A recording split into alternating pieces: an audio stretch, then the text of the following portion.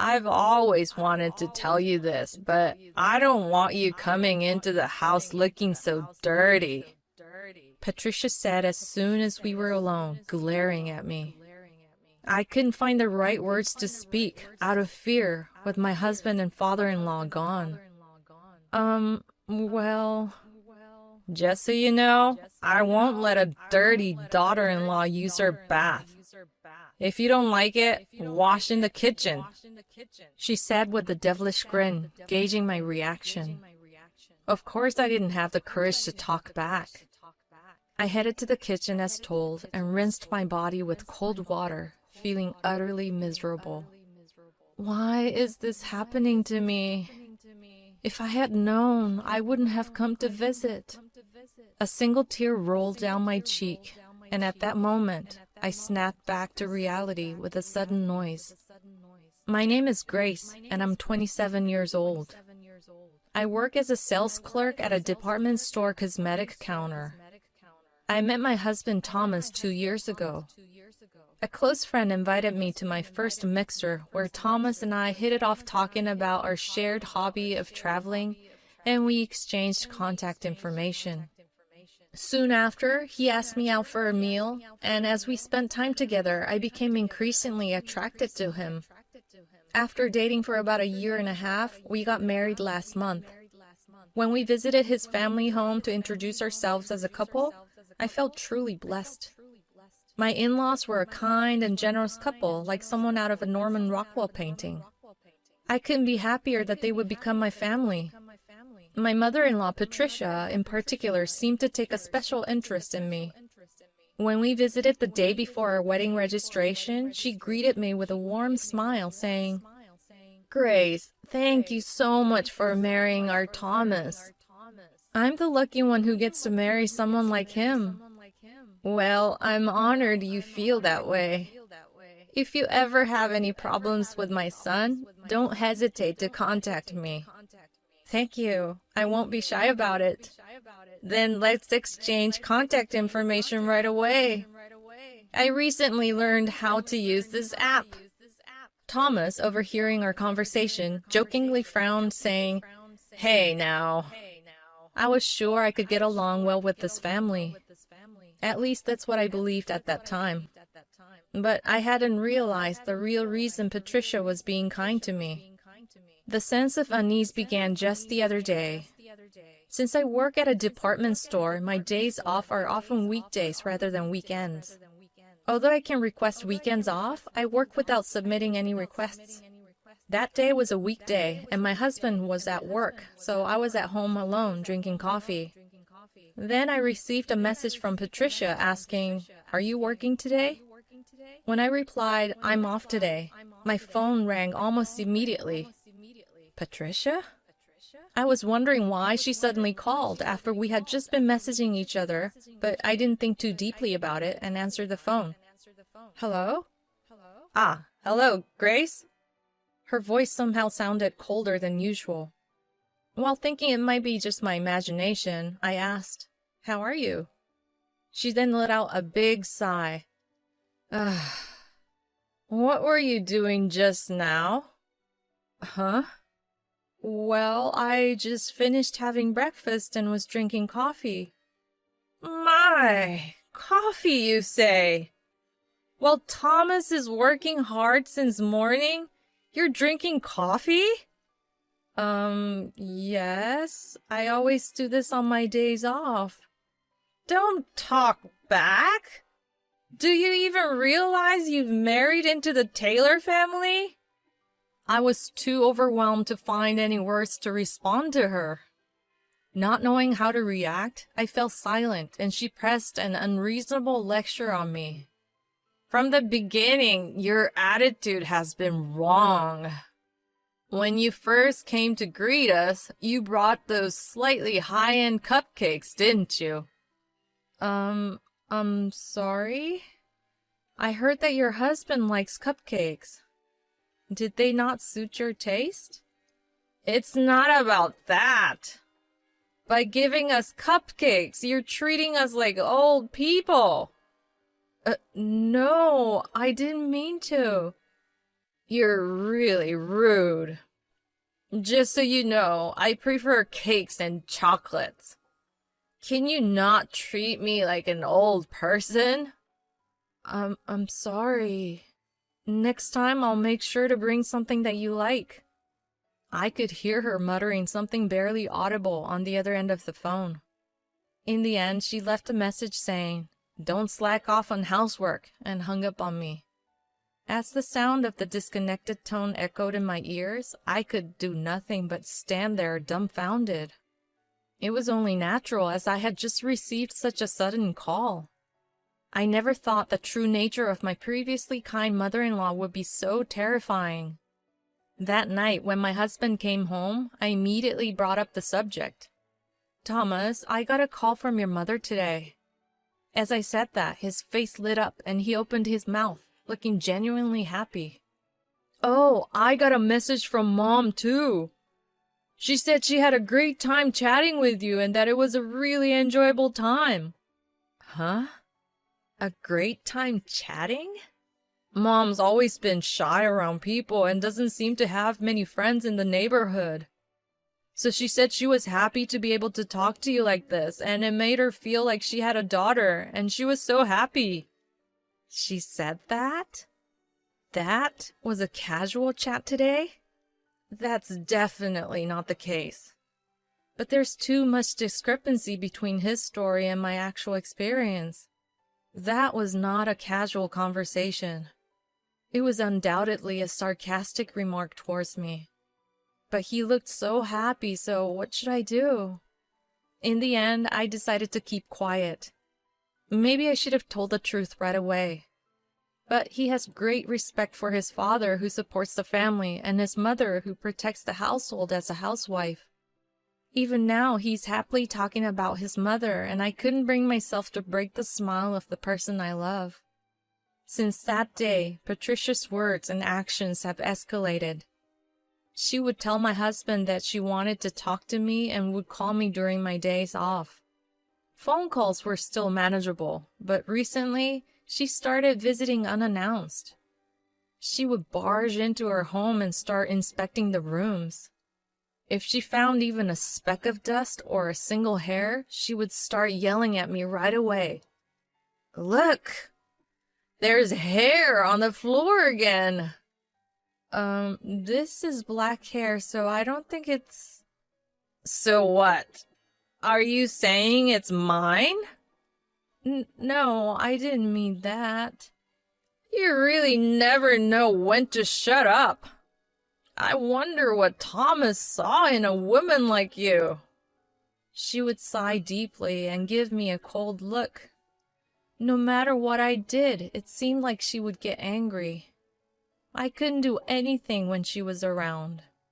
Hurry up and serve me some coffee. Normally, you should have food prepared and ready to serve. You're such a failure as a wife.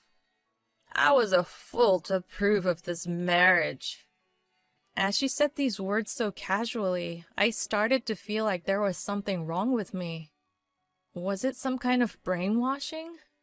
The more time I spent with her, the lower my self-esteem became. One day during a long holiday, I happened to have 3 days off.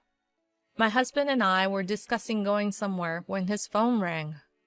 "Hello? Mom?" I had a bad feeling about it, but I kept quiet and waited for the call to end. A few minutes later, he finished the call and said with a smile, "Grace, Mom invited us over to her place." "What? She did?"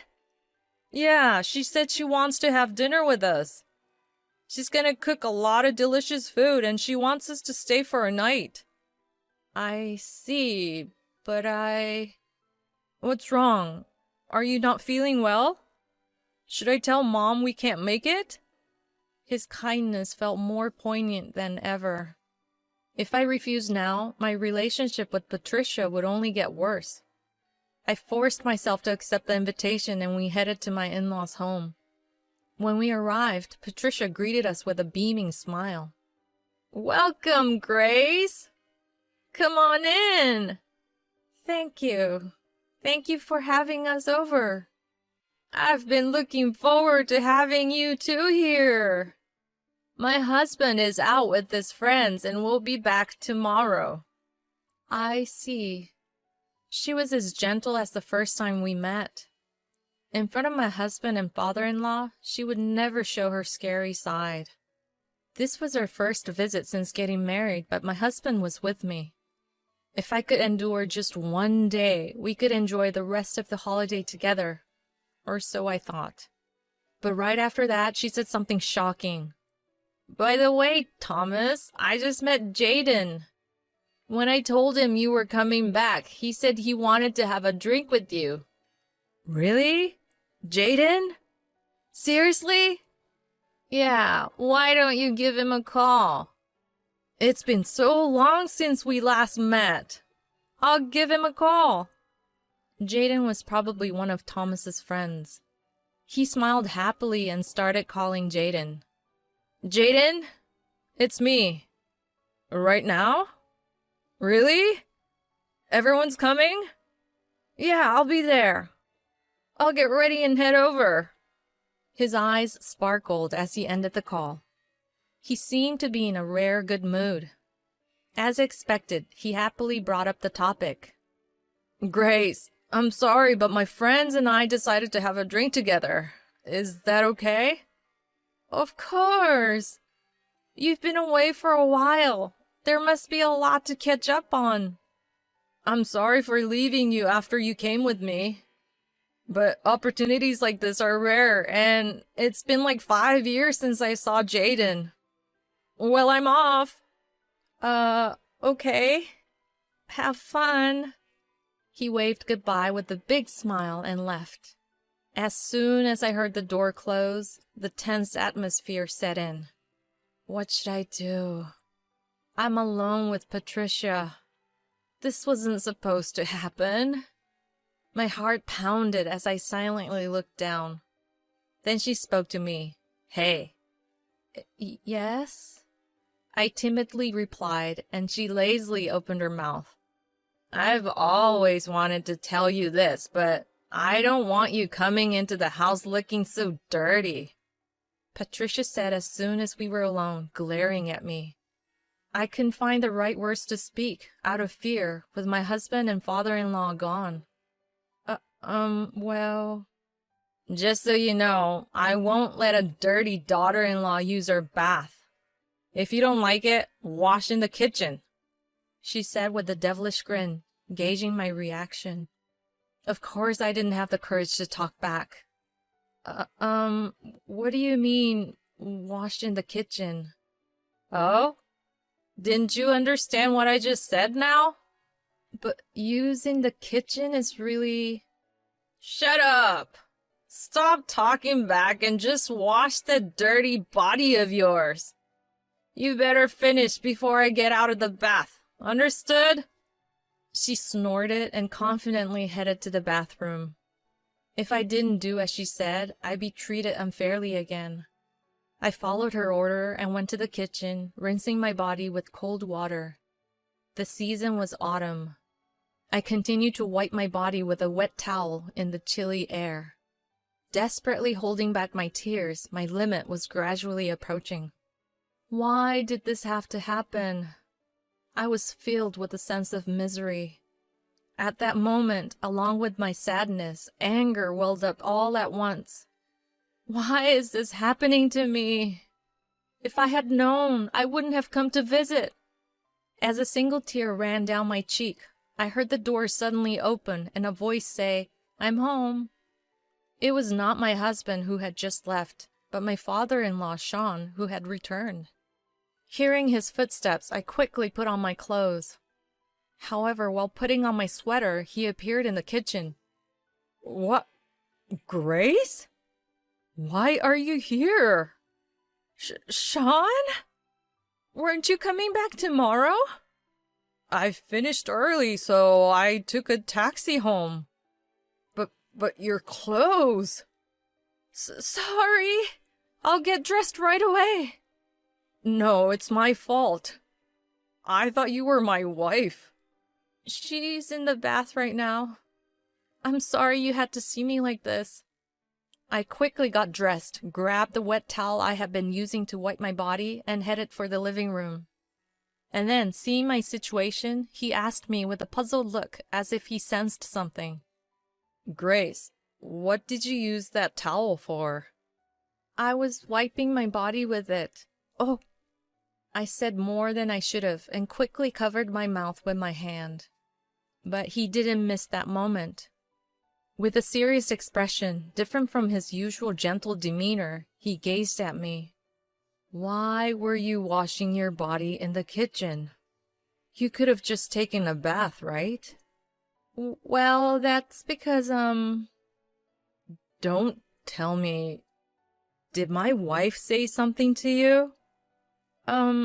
That's, He muttered, "I knew it," and held his head.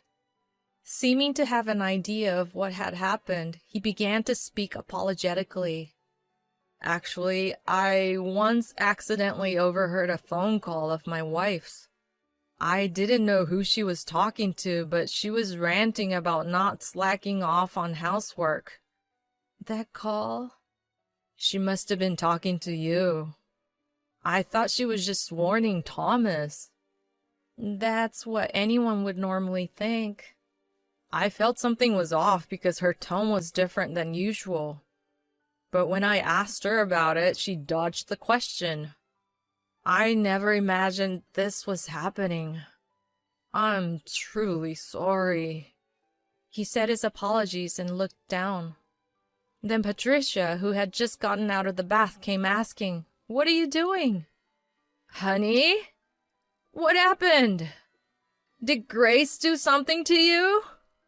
As she tried to console him, he glared sharply at her and yelled, "Don't screw with me. This is all you, isn't it?" "What? Me?" "That's right. It's because you treated Grace terribly that this has happened, right?" What are you talking about? I didn't do anything terrible." "Then why was she wiping her body in the kitchen?" She did it on her own." Believing that talking further wouldn't resolve anything, he called my husband on the phone. After hearing the situation, my husband rushed back and ran to me, asking, "Are you okay?" "Dad told me. Making you use the kitchen as a substitute for the bath? You didn't have to listen to such an order." "But I was scared of what would happen if I refused." "So you were that scared of my mom? I'm sorry I didn't notice anything until now. I thought you two were getting along well." Just then, my mother-in-law ran up to my husband, desperately clinging to him and insisting, "That's not true! It's all Grace's lies! I didn't do anything!" I couldn't help but feel disgusted at her for only thinking of her own self-preservation and not admitting her wrongdoing. I took out my smartphone and showed everyone the numerous messages she had sent me. They included things like, "Useless whining wife," "You don't deserve my son," "I'll make you divorce if you defy me," and so on. There were even some that could be taken as threats. Seeing this, she began to tremble, and Sean also turned bright red and trembled. But the one who showed the most anger was none other than my husband. He grabbed her by collar and pulled her face close to his, ignoring her gasp. He raised his voice to an incredible extent. "How dare you! I can't believe you could do such terrible things! She's my wife! I trusted you, but you betray not only me, but also Dad! Do you understand that?" Thomas, wait, please. Let's talk first." "There's no point in listening to your talk. I'm sorry, but I have no intention of ever being involved with you again. I don't know what Dad will do, but I can't take it anymore. I can't consider someone like you family. Don't ever interfere with our married life again. Goodbye." "No! Wait! Please wait, Thomas!" No! Her scream echoed through the room, but not a single person had any sympathy for her. Later, my husband told me that his parents got divorced. Sean must not have been able to forgive what happened this time either. He immediately demanded a divorce, gave her half of their savings as a property division, and kicked her out of the house. After getting kicked out, Patricia was carrying the cash in her bag, and it seems she was pickpocketed and almost all the money was stolen. She's now desperately searching for the culprit. It's a fitting retribution for her. As for me, thanks to my husband and father-in-law, I was able to regain a peaceful daily life. There is no one left to blame me. From now on, I can live a happy life. If I have a son and he brings home a bride, I want to build a relationship where we can all smile.